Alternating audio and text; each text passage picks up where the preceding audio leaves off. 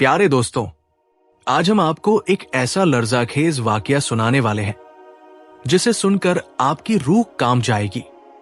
ये एक तवायफ की कहानी है। एक नाचने वाली औरत जो अपनी चालाकियों से मर्दों को फ्रेब देती थी, लेकिन फिर अल्लाह का ऐसा अजाब आया कि वो हस्न अजमिल औरत एक बदसूरत बंदरिया बन गई और उसके साथ साथ गांव पर ऐसा खर टूटा कि हर शख्स खौफ से लरजने लगा। ये सब जानने के लिए हमारे साथ शुरू से आखिर तक जरूर रहिएगा। रात का अंधेरा छा चुका था, मगर वो महल रोशनियों में डूबा हुआ था। पहाड़ से देखने पर ऐसा लगता था जैसे वहां किसी बादशाह की शानदार महफिल सजी हो। हंसी की आवाजें गूंज रही थी, जाम छलकने की खनक सुनाई दे रही थी। ये एक ऐसी दुनिया थी जो आम इंसानों की सोच से भी बाहर थी। अंदर एक बड़ा कमरा था जहां सबकी नजरें सिर्फ एक चेहरे पर थी, नाज़नीन। वो जैसे ही रक्स करती, हर चीज थम जाती। उसकी चाल में ऐसा जादू था कि जो एक बार देख लेता फिर नजरें हटा नहीं सकता था। उसकी आंखें गहरी, मुस्कान परसरार और अंदाज ऐसा कि लगता था वो किसी और दुनिया की मखलूक हो। नाज़नीन एक ऐसी औरत थी जिसके बारे में गांव में बहुत से किस्से मशहूर थे। वो बेहद खूबसूरत और चालाक थी और उसकी आंखों में एक अजीब सा जादू था। वो एक महल में रहती थी जिसे गांव के लोग नाज़नीन का महल कहते थे। महल बहुत बड़ा और खूबसूरत था, मगर उसके अंदर की हकीकत कुछ और ही थी। नाज़नीन के बारे में सब जानते थे कि वो खुल्लम खुल्ला बदकारी करती थी। उसके बारे में एक बात बहुत मशहूर थी कि वो बाज थी, यानी वो कभी भी बच्चा पैदा नहीं कर सकती थी। इस बात का फायदा यह था कि जो मर्द उसके पास आते थे वे बिना किसी खौफ के अपनी ख्वाहिश पूरी कर सकते थे, क्योंकि उन्हें यकीन होता था कि नाज़नीन से कभी भी नाजायज बच्चा पैदा नहीं होगा, क्योंकि वे लोग तो इज्जतदार थे। नाज़नीन कभी छुपकर कुछ नहीं करती थी। सबके सामने ही उसका गंदा कारोबार चलता था। उसका निशाना शादीशुदा मर्द बनते थे। लालची मर्दों को वो अपने जाल में बहुत आसानी से फांस लेती थी। उसका तरीका बहुत अजीब था। वो अपनी मुस्कान, अंदाज और बातों से हर किसी को अपना दीवाना बना लेती थी। न कोई हैरान होता, न कोई सवाल करता। नाज़नीन हर मर्द को बारी बारी अपने पास बुलाती और अपने साथ एक कमरे में ले जाती। उसके बाद वो मर्द खुशी खुशी अपने घर चला जाता। उसे शराब बहुत पसंद थी, इसीलिए वो आने वाले हर मर्द के साथ बैठकर शराब पीती और पिलाती थी। वो महल की रानी थी और हर जगह उसका हुक्म चलता था। महल के अंदर हर शख्स उसके सामने सर झुकाए खड़ा रहता, चाहे वो गांव का कोई बड़ा मर्द हो या छोटा। नाज़नीन की ख्वाहिश के सामने किसी की नहीं चलती थी। वो जो चाहती वो उसे मिल जाता और कोई भी शख्स उसके हुक्म से बाहर नहीं निकल सकता था। जब वो मर्दों के सामने रक्स करती तो सबकी नजरें उसी पर जम जाती। वो आईने में खुद को देखकर सोचती कि वो दुनिया की सबसे खूबसूरत औरत है, और ये बात वाकई सच थी। उसकी शक्लो सूरत ऐसी थी कि कोई भी उसका मुकाबला नहीं कर सकता था, और वो इस बात पर यकीन रखती थी कि उससे ज्यादा हसीन कोई नहीं। इस महल से कुछ दूर एक गांव था, एक आम सा सादा सा गांव, जहां लोग दिन में खेतों में काम करते, औरतें घरों में चूल्हा संभालती और शाम होते ही सब अपने अपने घरों में सिमट जाते। ये गांव सदियों से अपनी रिवायात पर कायम था, मगर अब यहां एक बेचैनी सी फैली हुई थी, क्योंकि नाज़नीन तवायफ के महल की वजह से गांव में एक वीरानी छा गई थी। हर किसी का दिल उदास था। वो गांव जो कभी खुशियों का गहवारा था, जहां सब हंसते बोलते और आपस में मोहब्बत से रहते थे, वहां अब खामोशी छा चुकी थी। हर रात जब महल से वो अजीबोगरीब आवाजें आती तो लोग दबे लफ्जों में उसका जिक्र करते। सरगोशियां होती, मगर खुलकर कोई कुछ न कहता। यानी खुले आम जिना का बाजार गर्म था और कोई भी इस गुनाह को रोकने वाला नहीं था, जबकि सब एक खुदा को मानने वाले मुसलमान थे।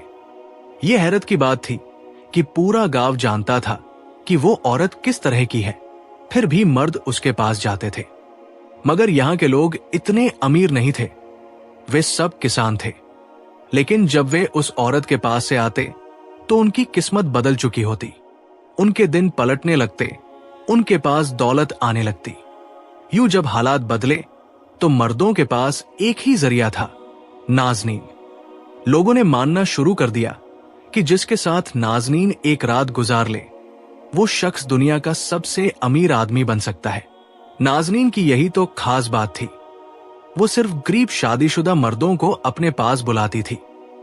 इसीलिए गांव वाले दबे लफ्जों में बातें तो करते थे, मगर जब गरीबी में हालात बदलने लगे तो इंसान जुल्म सहने के साथ साथ गलत बात देखकर अनजान भी बन सकता है। जिस तरह उन मर्दों की बीवियां खामोश थी, जिन्हें न बीवी की फिक्र थी, न बच्चों की, न अपनी इज्जत की परवाह। उन्हें सिर्फ अपनी अय्याशी की चाहत थी, और नाज़नीन उनकी इस कमजोरी को खूब समझती थी। उसे मालूम था कि उन्हें रोकने वाला कोई नहीं। नाज़नीन की यही तो अनोखी बात थी। वो मर्दों से पैसे लेने के बजाय उन्हें एक रात के बदले खुद रकम दिया करती। जितनी रातें वो उनके साथ गुजारती, वे मर्द उतना ही फायदा उठाते। वे गांव वाले, जिन्होंने कभी अपने घरों में 2 वक्त की रोटी भी ढंग से न खाई थी, अब उनके घरों में दौलत की रेलपेल थी, क्योंकि हर रात के इतने पैसे मिल जाते कि वे ठाट बाट से जिंदगी गुजार रहे थे, और बीवियों की जुबानें भी बंद थी। मगर जहां बुराई फैल रही हो, वहां कुछ अच्छे लोग भी होते हैं। इस गांव में एक मियां बीवी रहते थे। शौहर बहुत नेक और शरीफ था, जबकि बीवी तेजतर्रार और झगड़ालू थी। वो अपने शौहर के साथ खुश नहीं थी और आए दिन उसे तानों से नवाजती। वो औरत जो निहायत हसीन थी, अपनी जवानी और औरत होने पर बड़ा नाज करती थी। वो अपने शौहर को कमतर समझती थी, क्योंकि उसके मुताबिक वो कम कमाता था और दिन रात अल्लाह की इबादत में लगा रहता था। वो औरत अपने शौहर को हर रोज नए ताने देती, गोया उसका दिल कभी राजी न होता था। शौहर की नेक तबीयत और इबादत गुजार जिंदगी के बावजूद वो कभी भी अपनी बीवी को मुतमिन नहीं कर पाया था। बीवी को हमेशा उसमें कमी ही नजर आती। वो उसकी सादगी और माली हालत पर तनकीद करती रहती, यानी हमेशा उसे बुरे अल्फाज कहती। उसका ख्याल था कि दुनिया में कामयाब और दौलतमंद रईस मर्द ही औरत को खुश रख सकते हैं, और उसका शौहर इन मियारों पर पूरा नहीं उतरता। तुम कितने गरीब हो, तुमने मेरी जिंदगी में कभी कुछ नहीं बदला, न तुमने मुझे कभी खुशी दी। वो हमेशा शौहर को उसकी हालत पर ताने मारती, जैसे वो अपनी तकदीर का सारा इल्जाम उस पर डाल रही हो। और फिर एक और बात थी जो उसके दिल में छुपी हुई थी। वो बेऔलाद थी। हर दिन उसकी ये ख्वाहिश मजीद बढ़ती जा रही थी कि शायद कुछ बदल जाए, शायद कोई मोजज़ा हो। लेकिन कुछ नहीं बदला था। तुमसे क्यों नहीं होता कुछ? वो अपने शौहर को बांध होने के ताने देती, जैसे उसकी जिंदगी में कोई तब्दीली मुमकिन ही न हो। जब भी वो शिकायत करती, उसका शौहर दिल में ये यकीन रखते हुए खामोश रहता कि उसका दिल अल्लाह की रजा के रास्ते पर चलकर ही सुकून पाएगा। उसका दिल साफ था और वो चाहता था कि उसकी बीवी को हकीकत का पता चले, मगर वो ये जानता था कि उसका अमल ही उसकी असल ताकत है और इसके अलावा कुछ भी उसके बस में नहीं था। बीवी के ताने बढ़ते गए, मगर शौहर की खामोशी में मजीद इत्मीनान आता गया। उसकी दुआएं और इबादत उसे अपनी जिंदगी के मकसद से करीब कर रही थी। वो जानता था कि अगरचे इस वक्त उसकी बीवी को उसकी बात समझ नहीं आ रही, मगर वो हमेशा सच्चाई के रास्ते पर कदम जमाए रखेगा, चाहे हालात कैसे भी हों। वो मर्द अक्सर सोचा करता था कि अल्लाह ताला ने हमें जिस हाल में रखा है, हमें उसमें राजी रहना चाहिए और अपनी हैसियत के मुताबिक जिंदगी गुजारनी चाहिए। वो हमेशा ये सोचता कि इंसान को अपनी छोटी सी चादर में ही पाँव फैलाने चाहिए और अपनी तकदीर पर राजी रहने वाले लोग ही अल्लाह को खुश करते हैं। उसका दिल कभी ये नहीं मानता था कि वो दौलत और ऐश के पीछे भागे, खास तौर पर जब वो देखता कि गांव के दूसरे मर्द नाजायज तरीके से दौलत हासिल करने की कोशिश कर रहे हैं। वो दिल में हमेशा दुआ करता था कि अल्लाह उन सबको हिदायत दे और उनके दिलों को सच्चाई की अक्ल अता करे। एक दिन वो मर्द अपने खेतों में काम कर रहा था कि अचानक कुछ मर्द हंसते हुए नाजनीन के महल की तरफ से आ रहे थे। वो नोट गिन रहे थे और बहुत खुश नजर आ रहे थे। उसने उनकी तरफ नजर उठाकर देखा और कहा, क्या हुआ? लगता है आज तुम लोगों का बड़ा ही काम हुआ है। तो एक मर्द हंसते हुए बोला, हमें काम करने की जरूरत ही क्या है? हम तो बस एक शाम नाजनीन के साथ गुजार कर इतने पैसे कमा लेते हैं। तो तुम क्यों अपनी मेहनत से पसीना बहा रहे हो? इस धूप में खड़े होने की क्या जरूरत है? जाओ, उसके महल में जाओ, उसकी ठंडी छाव में आराम करो, उसे खुश करो, वो तुम्हें माला माल कर देगी। कब तक गरीबी की जिंदगी गुजारोगे? ये बात सुनकर उसका दिल उदासी से भर गया। वो सोचने लगा कि आखिर दुनिया ऐसे रास्तों पर क्यों चल रही है जहां मेहनत और ईमानदारी की कोई कदर नहीं। ये नाजनीन जैसे लोग ही हैं जो दूसरों को अपने जाल में फंसाते हैं और उन्हें गुमराही की तरफ ले जाते हैं। मगर आखिरकार ये लोग भी दुनिया के रास्ते से हट जाते हैं। मगर ये सब कुछ वो उस वक्त नहीं समझ पा रहा था कि ये मर्द वहां जाकर आखिर अपने आप को बर्बाद क्यों कर रहे हैं। रात का वक्त था। वो मर्द थका हारा था, मगर दिल में एक इत्मीनान महसूस कर रहा था। वो वुजू करके इबादत में मशगूल हो गया और अल्लाह के सामने अपने दिल की हर बात रखी। वो रात उसके लिए एक इनाम बन चुकी थी। अल्लाह की इबादत ने उसे एक नई रोशनी अता की, जैसे रात के अंधेरों में कोई रोशन सितारा नजर आ जाए। वो दिल की गहराइयों से दुआ कर रहा था कि अल्लाह उसे वो रास्ता दिखाए जो उसके लिए बेहतरीन हो और वो हर मुश्किल का सामना बिना किसी खौफ के कर सके। इन्हीं दिनों अल्लाह के एक नेक बंदे का कदम इस बस्ती में पड़ा। वो अल्लाह के वली थे जिनका चेहरा नूर से रोशन था और आंखों में ऐसी चमक थी जो आम इंसानों में नहीं पाई जाती। वो किसी खास मकसद के तहत वहां आए थे। गांव की सुनसान गलियों से गुजरते, हर घर को देखते, हर दरवाजे के पीछे छुपी कहानियों को महसूस करते। उनके दिल में हर एक के लिए एक का दर्द था। वो अल्लाह वाले, दुनिया की चकाचौंध से दूर रहने वाले, सफर में रहने वाले और अल्लाह के जिक्र में मशगूल लोग थे। वो गांव की गलियों से गुजरते हुए एक दरख्त के करीब आकर रुक गए, जिसके सामने नाजनीन का महल था। महल अपनी तमाम तर रौनकों के साथ खड़ा था, रोशनी में चमकता हुआ, मगर अंदर एक ऐसा अंधेरा छुपा था जो सिर्फ वो देख सकते थे। फिर उनके लबों पर एक हल्की सी मुस्कुराहट आई, जैसे उन्हें मालूम हो कि अब क्या होने वाला है। ये सब अल्लाह की हिकमत के मुताबिक था, ही होगा जो होना है। दरख्त के पास बैठकर उन्होंने कुछ देर अल्लाह का जिक्र किया, दुआ मांगी और फिर आगे चल पड़े। रास्ते में उन्होंने एक शख्स को देखा जो सूरज की तपती धूप में भी अपने काम में लगा हुआ था। वो आसपास की किसी खबर से बेखबर था। अल्लाह वाले को वो शख्स बहुत भला लगा, इसलिए वो आहिस्ता आहिस्ता चलते हुए उसके पास आकर खड़े हो गए। वो शख्स चौंक गया। बुजुर्ग के चेहरे से निकलने वाली रोशनी पर उसकी आंखें जम गई। ऐसा नूर तो उसने पहले कभी किसी इंसान में नहीं देखा था। दिल में एक अजीब सा अदब पैदा हुआ, क्योंकि वो किसी आम इंसान के बजाय किसी खास हस्ती के सामने खड़ा था। बेसाख्ता उनके करीब होकर बोला, आप कौन हैं? आपको देखकर मेरे दिल में एक अजीब सी हलचल पैदा हो रही है।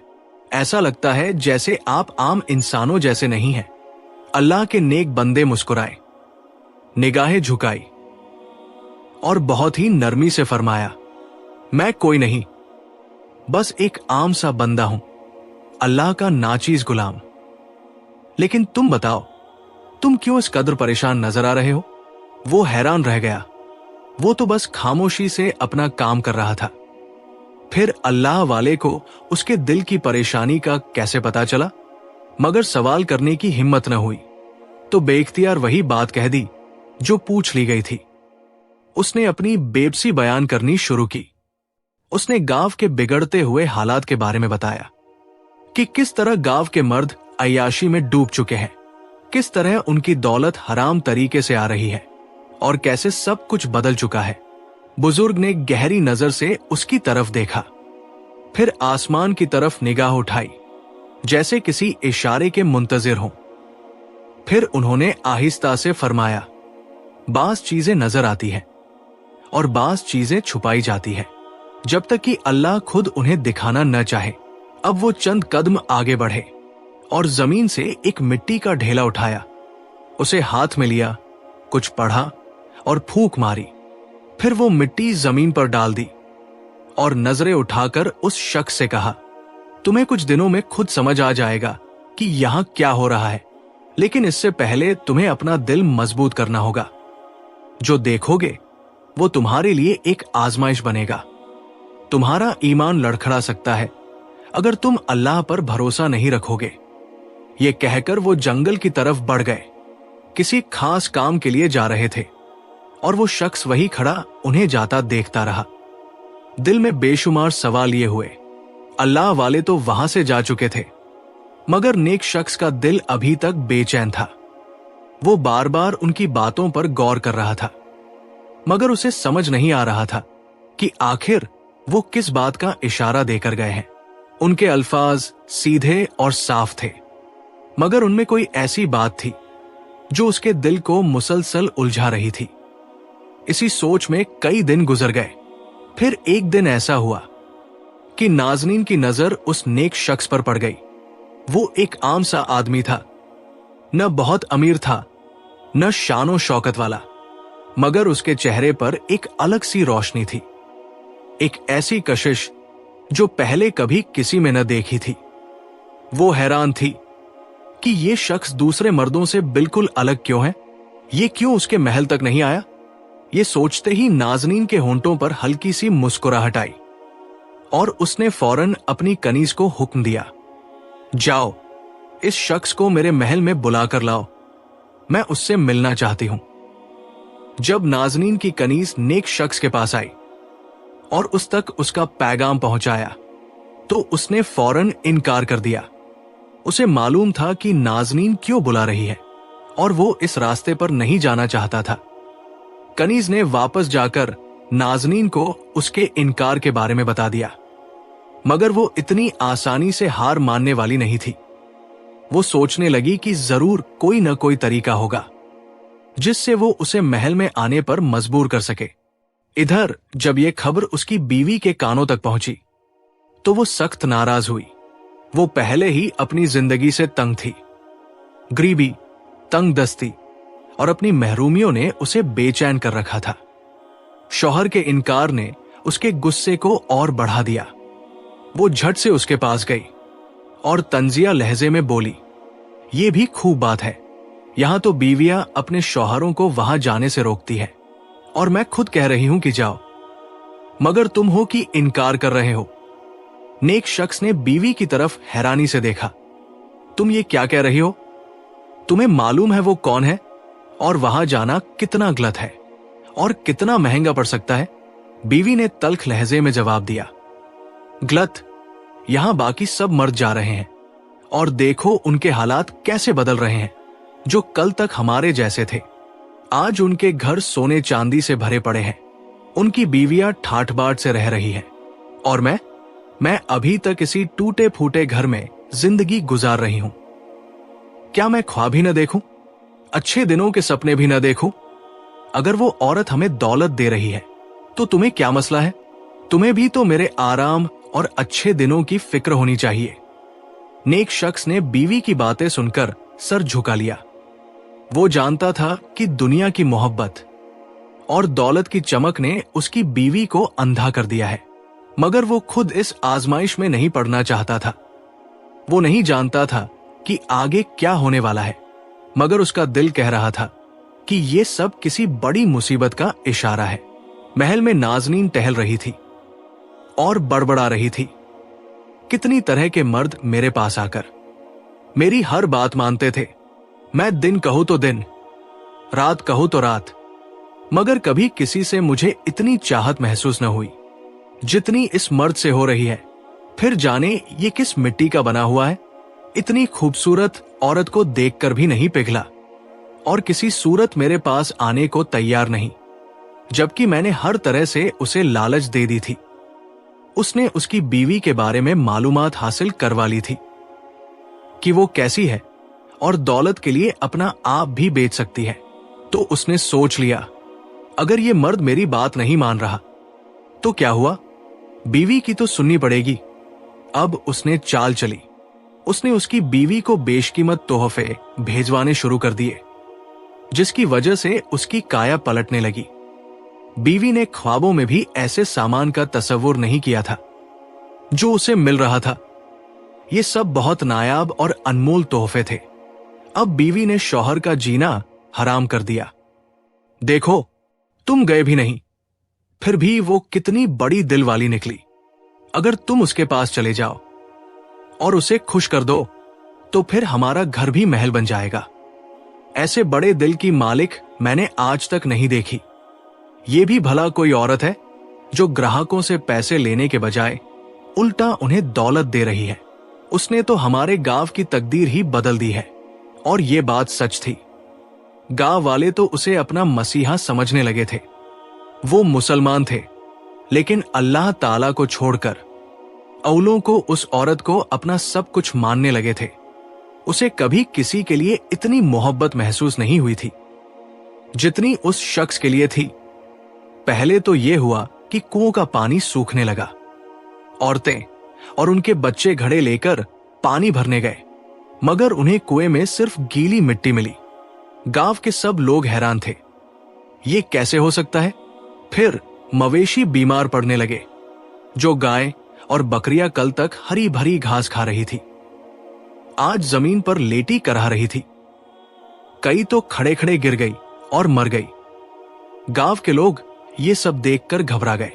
जिन दरख्तों पर हमेशा हरियाली रहती थी, उनके पत्ते अचानक जर्द होने लगे और चंद ही घंटों में झड़ गए। खेतों में जो फसल तैयार खड़ी थी, वो सूखने लगी। किसानों ने जब जमीन की मिट्टी हाथ में ली, तो वो राख की तरह झड़ने लगी। अगर वो मेरी बात नहीं सुनता, तो तुम लोग ही उसे मजबूर करो कि वो नाजनीन के महल जाए। हम सब बर्बाद हो रहे हैं और उसकी हठधर्मी की वजह से हमारे बच्चों का क्या हाल हो रहा है, ये किसी को नजर नहीं आ रहा। औरत की बातें गांव के कुछ लोगों के दिलों में उतरने लगी। कुछ ने एक दूसरे की तरफ देखकर सर हिलाया, जैसे सोच रहे हों कि वाकई अगर वो शख्स नाजनीन के पास चला जाए तो शायद ये मुसीबत खत्म हो जाए। कुछ ने आहिस्ता आहिस्ता उसकी बातों पर गौर करना शुरू कर दिया और गांव में गुपचुप बातें होने लगी। क्या वाकई इस नेक आदमी की नाफरमानी की वजह से ये सब हो रहा है? मगर वो नाफरमानी किसकी कर रहा है, अल्लाह की या फिर तवाइफ की? वो शख्स गांव में सबकी नजरों से गिर चुका था। सब उसे कसूरवार समझने लगे। वो किसी को जवाब न देता, बस सर झुकाए चलता रहता, मगर लोग उसे छोड़ने को तैयार न थे। उसकी बीवी की बातों ने लोगों के दिलों में ये ख्याल डाल दिया था कि जो कुछ भी हो रहा है वो उसी की वजह से हो रहा है। कुछ लोग बड़बड़ाने लगे, वरना सच कहती है, जब नाजनीन हमसे खुश थी तब हमारे दिन अच्छे गुजर रहे थे। अब जब से ये नेक आदमी उसकी नाराजगी का सबब बना है, हम पर खर बरसने लगा है। दूसरा बोला, हाँ, पहले हमारे मवेशी सलामत थे, खेत हरे भरे थे, बच्चे सुकून में थे। अब सब कुछ खत्म होता जा रहा है। उसकी बीवी ने एक बार फिर जोर देकर कहा, मैंने कहा ना, मेरे शौहर को उस महल में भेज दो, देखना सब कुछ बदल जाएगा। ये सुनकर कुछ लोग आगे बढ़े और उस नेक मर्द के गर्द घेरा डाल दिया। पहले उन्होंने नरमी से समझाने की कोशिश की, देखो तुम तो इबादत गुजार आदमी हो, अल्लाह से मोहब्बत करते हो, लेकिन क्या तुम्हें अपनी कौम से मोहब्बत नहीं? अगर तुम एक रात नाजनीन के पास चले जाओ तो हम सबकी मुश्किल आसान हो जाएगी। ये तुम्हारी कुर्बानी होगी, लेकिन हजारों लोग बच जाएंगे। मगर जब वो शख्स नहीं माना तो लोगों का लहजा बदलने लगा। कुछ ने उसे ताने दिए, कुछ ने उसे धक्के दिए और कुछ ने गुस्से में कहा, तुम्हारी जिद ने हमें बर्बाद कर दिया है। खुद तो नेक बने फिरते हो और हमें भी तबाह कर रहे हो। नाज़नीन ने हमारी तकदीर बदली है और अब तुम हमारे नसीब को डुबोने चले हो। तुम्हें उसके महल जाना पड़ेगा। वो शख्स बेहद परेशान हो गया। ये वही लोग थे जिनके लिए वो हमेशा भलाई चाहता था, मगर अब सब उसके खिलाफ हो गए थे। बीवी तो पहले भी उससे मोहब्बत न करती थी, मगर अब वो सबके सामने खड़े होकर उसे बेइज्जत करने लगी। वो जानता था कि गुनाह में पड़कर वो अपनी जान भी खो देगा और ईमान भी। वो सोच रहा था कि आखिर क्या करे। अचानक उसे वो अल्लाह वाले याद आ गए जिन्होंने पहले ही खबरदार किया था, तुम्हारे ईमान का सौदा होगा पर तुम किसी सूरत में बिकना नहीं। यही सोचते सोचते एक दिन वो जंगल की तरफ निकल गया। वो अपने दिल की परेशानी से बचने के लिए दरख्तों के दरमियान चलता रहा, यहां तक कि एक दरख्त के नीचे उसे वही अल्लाह वाले नजर आए जो इबादत में मशगूल थे। जब वो अपनी इबादत मुकम्मल कर चुके तो उन्होंने नजर उठाकर उस शख्स की तरफ देखा। उसके चेहरे पर दुख और बेबसी थी। अल्लाह वाले उसकी हालत देखकर समझ गए कि वक्त आ गया है। उन्होंने मोहब्बत से पूछा, बताओ बेटा, क्यों आए हो? क्या वो वक्त पहुंचा है जिससे हमने तुम्हें खबरदार किया था? वो शख्स ठंडी सांस भरकर बोला, हां, मेरे अपने ही मुझे गुनाह की तरफ धकेल रहे हैं। सब मुझ पर इल्जाम लगा रहे हैं कि उनकी बर्बादी की वजह मैं हूं। वो चाहते हैं कि मैं नाज़नीन के पास जाऊं ताकि उनकी मुसीबत खत्म हो जाए। मैं समझ नहीं पा रहा कि क्या करूं। मैं अपने लोगों के लिए सब कुछ कर सकता हूं, मगर क्या मैं गुनाह में पड़कर उन्हें बचा सकता हूं? अल्लाह वाले मुस्कुराकर बोले, यही आजमाइश है और इसी में तुम्हारे सब्र का इम्तिहान है। मगर अब तुम्हें एक काम करना होगा। तुम्हें नाज़नीन के महल जाना होगा, क्योंकि शायद तुम्हारे गांव वालों के लिए यही एक रास्ता बचा है। यह सुनकर वो शख्स हैरान रह गया। वो अल्लाह वाले की तरफ देखने लगा, जैसे उन्हें समझने की कोशिश कर रहा हो। क्या वाकई उसे गुनाह में पड़ना होगा या इस मशवरे में कोई और हिकमत छुपी थी? अल्लाह के नेक बंदे को वो बहुत मानता था और उनके हुक्म को टाल नहीं सकता था। वही तो थे जो उसके दिल को तसल्ली दे रहे थे। उसने कहा, ठीक है, जैसे आपकी मर्जी, मैं चला जाऊंगा। अल्लाह वाले के कहने पर वो नाज़नीन तवाइफ के महल आ गया और आज तो महल में जश्न का समा था। वो जिसे वो चाहती थी वो खुद चलकर उसके पास आ गया था। अब वो जो सोच चुकी थी उस पर अमल करने का वक्त आ चुका था। नाज़नीन खुशी से कहने लगी, मैं तुम्हें कितना चाहती हूं ये तुम नहीं जानते। मैं तुम्हारा शिद्दत से इंतजार कर रही थी, मगर तुम थे कि मुझसे दूर भाग रहे थे। अब आ गए ना मेरे पास। मुझसे बचकर कोई नहीं जा सकता और मुझसे दूर कोई रह नहीं सकता। इस गांव के सारे मर्द मेरे एक इशारे पर अपनी जान दे सकते हैं और तुम मुझे तड़पा रहे थे। उसने कुछ नहीं कहा। वो जान चुका था अगर वो यहां से निकलने की कोशिश भी करेगा तो गांव वाले उसे दोबारा जबरदस्ती भेज देंगे।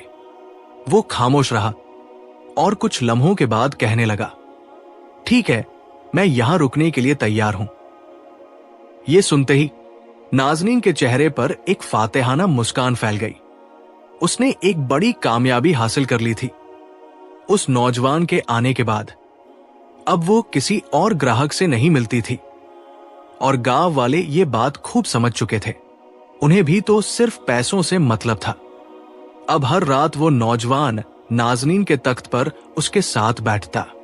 वो उससे बातें करती, उसे शराब पिलाना चाहती, मगर वो बहाने से इनकार कर देता। लेकिन वो उसके साथ हंसता, मुस्कुराता जरूर था, क्योंकि यही अल्लाह वाले ने उसे हुक्म दिया था।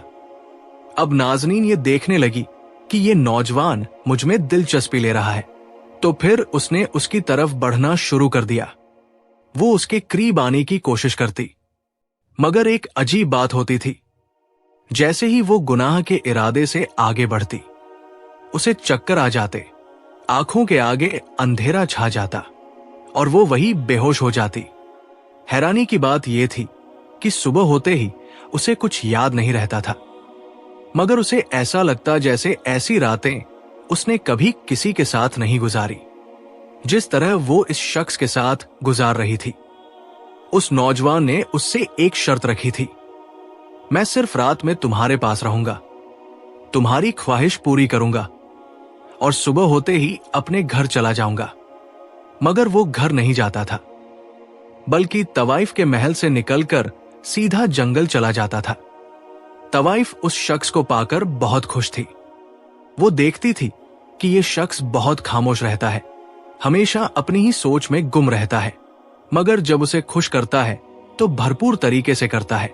एक दिन वो उससे कहने लगा, मैं तुमसे एक सवाल करना चाहता हूं, अगर तुम बुरा न मानो। वो हंसी और बोली, अरे तुम मेरी जान मांगो, मैं वह भी देने को तैयार हूं। तुमने मुझे सबसे ज्यादा खुशी दी है, इसलिए तुम्हारी हर बात का मैं जवाब दूंगी, बल्कि तुम पर दुनिया जहान की दौलत लुटा देना चाहती हूं। वो शख्स बोला, मैं तुमसे पूछना चाहता हूं, तुम्हारे इस महल से बच्चों के रोने की आवाजें आती हैं, जबकि मैंने तो सुना है कि तुम मां नहीं बन सकती और इसी वजह से मर्द तुम्हारे पास आते हैं, तो ये बच्चों की आवाजें कैसी? ये सुनते ही वो चौंक गई, फिर फौरन बोली, ये तुम्हारा वहम है, मेरे इस महल से बच्चों की आवाज क्यों कराएगी?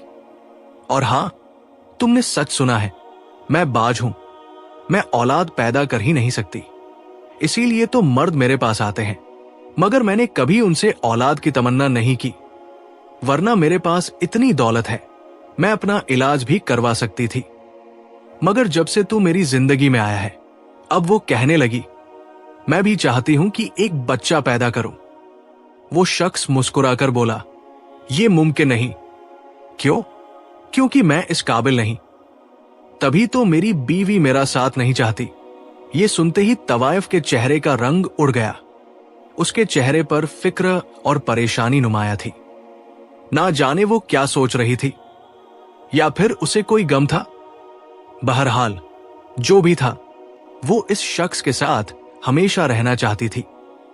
रात में जब वो शख्स उसके पास होता तो वो कहती, रुको, मैं अभी आई। फिर वो उसके पास से उठकर एक कमरे में चली जाती और काफी देर बाद वहां से निकलती। मगर जब निकलती तो पहले से ज्यादा सजी संवरी नजर आती। उसे देखकर आम इंसान तो फौरन बहक जाता, मगर वो शख्स, वो अपने ईमान में मजबूत था। अल्लाह वाले का दस्ता-ए-शिकत उसके सर पर था। वो तवाइफ का दिल जरूर बहलाता, बातें करता, मगर कभी गुनाह के बारे में न सोचता, और इस पर वो अल्लाह का शुक्र अदा करता कि अल्लाह ने उसे बचाया हुआ है। ये सब उसी अल्लाह वाले की दुआ का नतीजा था। वो अल्लाह वाले उस नौजवान के हक में मुसलसल दुआएं कर रहे थे, अल्लाह इसे बचा लेना, ये जिना जैसे गुनाह में न पड़े जहां पूरा गांव बिगड़ चुका है, ये उनकी तरह न बने। इधर गांव वालों को लगा था कि उन्होंने नौजवान को नाजनीन के महल भेजकर अपनी किस्मत संवार ली है, मगर हुआ कुछ भी नहीं। वो सब खुशी की तलाश में थे, मगर उनके हालात मजीद खराब होने लगे। खुशकसाली बदस्तूर जारी रही, फसलें बर्बाद हो गई, जानवर बीमार होने लगे, यहां तक कि अब जिंदा रहने की कोई उम्मीद बाकी न रही। भूख और प्यास ने सबको खत्म कर दिया। अब गांव वाले नौजवान की खुशनसीबी देखकर जलने लगे। हमने तो उसे जबरदस्ती महल भेजा था, लेकिन उसने तो खुद को फायदा पहुंचा लिया और हम बदस्तूर मुसीबत में हैं। हालात बिगड़ते जा रहे थे, वबा फैल चुकी थी, मगर गांव वाले अब भी अल्लाह को याद न करते थे। यही सबसे बड़ा अजाब था। इधर उस शख्स की बीवी, जो उसे तवाइफ के पास भेजकर दौलत की ख्वाहिशमंद थी, अब परेशान हो गई। मेरे शोहर ने तो वहां जाकर खजाने लूट लिए और मैं यहां खाली हाथ बैठी हूं। एक दिन वो अपने घर से निकली और नाजनीन के महल जाने का इरादा कर लिया, मगर रास्ते में उसे वही अल्लाह वाले दरवेश मिल गए। वो कुछ पढ़ रहे थे। बीवी सोचने लगी, क्यों ना इनसे पूछूं कि हमारे हालात कब ठीक होंगे। वो दरवेश के पास जाकर बोली, ऐ दरवेश, क्या आप मेरा मसला हल कर सकते हैं? अल्लाह वाले ने तवज्जो दी और कहा, कहो क्या मसला है तुम्हारा? उसने अपनी गरीबी का हाल बयान कर दिया। अल्लाह वाले बोले, अल्लाह को याद करो, वो तुम्हें सब कुछ दे देगा। ये सुनकर बीवी का चेहरा बिगड़ गया। गुस्से में बोली, अल्लाह से क्यों मांगू? मैं आपसे मदद मांग रही हूं, इतनी इज्जत दे रही हूं आपको। अल्लाह वाले मुस्कुराकर बोले, हां ठीक कहा, मैं फकीर हूं, मगर तुम अल्लाह को छोड़कर मुझसे क्यों मांग रही हो? मैं तो बस उसका बंदा हूं। अगर अल्लाह न चाहे तो कोई किसी की मदद नहीं कर सकता। यह सुनकर वो और ज्यादा गुस्से में आ गई। अल्लाह वाले को बुरा भला कहा और वहां से चलती बनी। अब वो महल जाने के बजाय सीधी अपने घर चली गई, क्योंकि अल्लाह वाले की बातों ने उसका दिल बुरा कर दिया था। अगली सुबह जब वो बाहर निकली तो लोग उसे देखकर घबरा गए, डर के मारे भागने लगे। उसकी कुछ रिश्तेदार औरतें भी वहां मौजूद थी, जिन्होंने उसे देखकर मुंह फेर लिया। हैरान होकर उसने पूछा, क्या हुआ? तुम सब मुझसे डर क्यों रही हो? उन्होंने कहा, तेरा चेहरा बहुत भयानक हो चुका है, हम इसे देख भी नहीं सकते। वो घर वापस भागी और जैसे ही आईना देखा तो उस पर हकीकत खुल गई। उसका चेहरा मुकम्मल तौर पर बिगड़ चुका था। जिस औरत को अपनी खूबसूरती पर गुरूर था, अल्लाह ने उस पर अजाब नाजिल कर दिया था। वो जो खुद को गांव की सबसे हसीन औरत समझती थी और अपने शौहर को कमतर जानती थी, अब किसी को अपना चेहरा दिखाने के काबिल न रही। जो कभी बड़ी अकड़ के साथ चलती थी, अब सब कुछ खत्म हो चुका था। उसे याद आया कि उसने सिर्फ अपने शौहर का नहीं, बल्कि अल्लाह के एक नेक बंदे का भी दिल दुखाया था, और यही उसकी सजा थी। अब वो खुद को छुपाकर रोती रहती थी। वही लोग जो कभी उससे खुशमिजाजी से बात करते थे, अब उससे दूर हो गए थे। अब उसे अपने शौहर की याद सताने लगी, जिसने कभी मुझ पर सख्त अल्फाज नहीं कहे, हर तकलीफ बर्दाश्त की, लेकिन खामोश रहा। वो तौबा करने लगी, अल्लाह से दुआ करने लगी, अल्लाह मुझे मेरा शौहर वापस दे दे, मैं उससे माफी मांग लूंगी। मुझे कुछ नहीं चाहिए, बस मेरा शौहर चाहिए। दूसरी तरफ गांव वालों पर भी हकीकत खुल चुकी थी। उनके जानवर मर रहे थे, भूख और प्यास से वो निढाल थे। अब वो भी अल्लाह को याद करने लगे थे। सच है, जब इंसान पर मुसीबत आती है तभी वो अल्लाह की तरफ रुजू करता है। आखिर एक दिन उनकी दुआएं कबूल हुई। वही अल्लाह वाले बुजुर्ग गांव में वापस आए। लोग उनके गर्द जमा हो गए और अपनी परेशानियां बयान करने लगे। अल्लाह वाले ने कहा, तुमने अल्लाह को छोड़कर नाज़नीन को अपना खुदा बना लिया था। अब तुम सब शर्मिंदा हो, तो जाओ सच्चे दिल से तौबा करो। गांव वालों ने हाथ उठाकर अल्लाह से मगफिरत तलब की। सब रोने लगे। इधर रात में वो नौजवान महल में क्या करता था? कुछ आवाजें आ रही थी, कुछ बच्चे रो रहे थे और कुछ अजीब सी हंसी हंस रहे थे। उसके दिल में एक अजीब सी बेचैनी पैदा हुई। उसने हिम्मत करके दरवाजा खोला और जो कुछ अंदर देखा उससे उसकी रूह कांप गई। वहां बच्चे नहीं थे, बल्कि कुछ खौफनाक मखलूक थी। उस शख्स ने फौरन समझ लिया कि नाज़नीन जो मर्दों को पैसे देकर बुलाती थी, उसका असल मकसद क्या था। वो उन मर्दों की ताकत इस्तेमाल करके शैतानी बच्चों को जन्म दे रही थी और हर रात उसके यहां एक नया बच्चा पैदा होता था। उस शख्स ने अभी दरवाजा बंद ही किया था कि पीछे से एक जोरदार आहट हुई। उसने मुड़कर देखा तो नाज़नीन वहां खड़ी थी। उसकी आंखें सुर्ख हो चुकी थी और उसका चेहरा वहशतनाक लग रहा था। वो गुस्से से गरजी, लगता है तुम मेरे राज को खोलने के लिए आए थे। मैंने किसी को नहीं बख्शा और तुमसे तो मैं फिर भी मोहब्बत करती थी। लेकिन तुमने मेरी मोहब्बत का नाजायज फायदा उठाया। मैं तुम्हें जिंदा नहीं छोड़ूंगी। ये कहकर वो उस पर झपटने वाली थी कि उस शख्स ने बुलंद आवाज में कहा, रुक जाओ। नाज़नीन थम गई और हैरत से उसकी तरफ देखने लगी। उस शख्स ने कहा, देख तो रही हो कि मैं कौन हूं? वो गर्जी, कौन हो तुम? एक आम सा इंसान। उस शख्स ने मुस्कुरा कर कहा, हां, मैं आम इंसान हूं, लेकिन जिस अल्लाह को मानता हूं वो आम नहीं, वो सबसे बड़ा है और मैं उसका गुलाम हूं। यह सुनते ही नाज़नीन के चेहरे का रंग बदलने लगा। जैसे ही उस शख्स ने अल्लाह का नाम लिया, अचानक एक जोरदार रोशनी चमकी और वहां अब उस शख्स की जगह एक बुजुर्ग खड़े थे जिनके चेहरे पर जलाल था।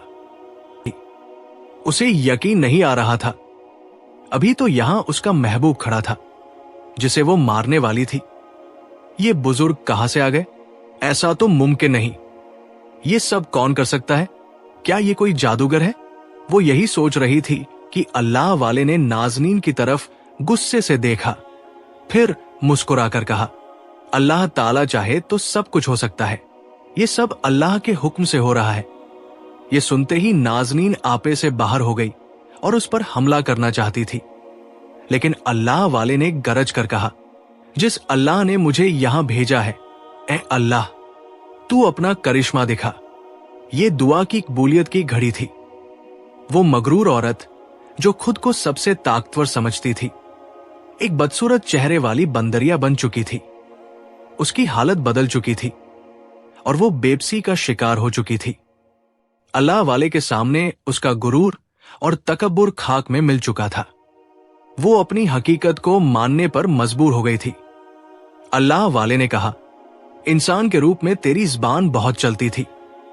तूने सबको अपना गुलाम बनाया था। अब बंदरिया की ज़बान खोल और सच बता, तूने ये सब क्यों किया? अल्लाह के हुक्म से उसको ज़बान मिल गई और वो सच बोलने पर मजबूर हो गई। मैंने ये सब इसलिए किया कि मुझे यहां सबको अपना गुलाम बनाना था। मैं पैसे देकर उन मर्दों को खरीदती थी और फिर उनकी ताकत चुराती थी। मेरे साथ एक रात गुजारने के बाद वो बांझ हो जाते थे। उनके अंदर कोई ताकत बाकी न रहती। मैं उन्हीं की ताकत इस्तेमाल करके शैतान के बच्चे पैदा करती थी। शैतान इसके बदले मुझे बेशुमार दौलत देता रहा, इसीलिए मेरे पास दौलत की कमी नहीं थी। मैंने ये कोठा दौलत के लिए नहीं, बल्कि शैतान को खुश करने और उसकी नस्ल को बढ़ाने के लिए खोला था। मैंने अपने जिस्म और मक्कारी का इस्तेमाल किया और लोगों को धोखा दिया।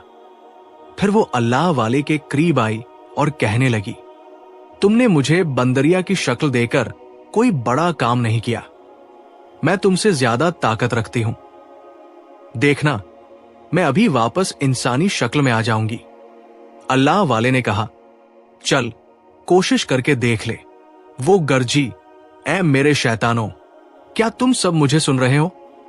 ऐ मेरे आका, मैंने हमेशा तेरी इबादत की और हर रात खुद को तेरे लिए पेश किया। आज तेरे बच्चे मेरे पास हैं, उनकी तुझे कसम, मुझे वापस इंसान बना दो, मुझे मेरी खूबसूरती लौटा दो। लेकिन जिस शैतान पर लोग भरोसा करते हैं वो खुद अल्लाह से डरता है। शैतान कमजोर और बुज़दिल है। अब कौन था जो उसे दोबारा इंसान बनाता? कौन था जो उसे बचाता? कोई भी आका उसे सहारा देने नहीं आया, लेकिन फिर भी वो न मानी। अल्लाह वाले ने कहा, क्या हुआ? कोई आया? तू अपने किए पर शर्मिंदा है या अब भी शैतान को खुश करना चाहती है? वो गर्जी, शैतान ने मुझे खरीदा है, मैं उसे धोखा नहीं दे सकती।